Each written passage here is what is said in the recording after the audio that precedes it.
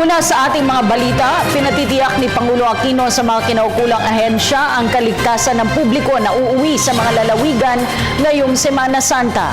Ayon kay Presidential Spokesperson Edwin Lacerda, kabilang din sa pinaghahandaan ang posibleng pananalasa ng papasok na bagyo sa bansa. Sinabi pa ng kalihim na asahan ang pagsasagawa ng inspeksyon ni Pangulong Noynoy Aquino sa Paliparan, Bantalan at iba pang bus terminals sa Metro Manila at karatig lugar. Ito para suriin ang pinatutupad na seguridad sa lahat ng pampublikong transportasyon. Nagulat si Rocky Ignacio mula sa Malacanang. Live! Maraming salamat. Tiniyak nga ng Malacanang ang kahandaan ng gobyerno para sa pagkakaroon ng ligtas na paggunita ng Semana Santa.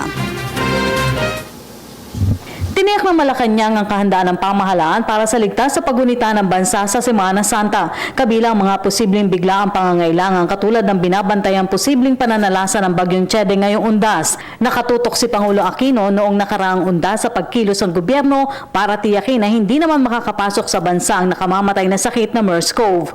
There's a possibility of a storm, so again, all hands on deck, regardless of whether it's the entire country is contemplating on Holy Week. As far as government is concerned, as far as the president is concerned, all hands on deck with any expected or unforeseen situations, incidents that may arise during Holy Week. Pinatitiyak rin ng Pangulo sa mga kinaukulang ahensya ang kaligtasan ng publiko na magsisiuwi sa kani-kanilang lalawigan ngayong linggo.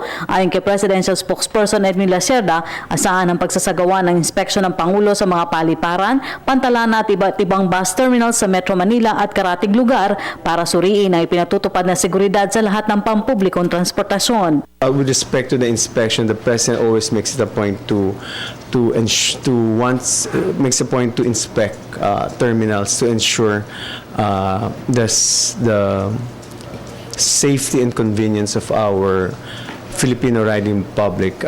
Holy Week is an occasion for families to go home to their respective provinces to spend time with their families and also to reflect upon the suffering of Jesus.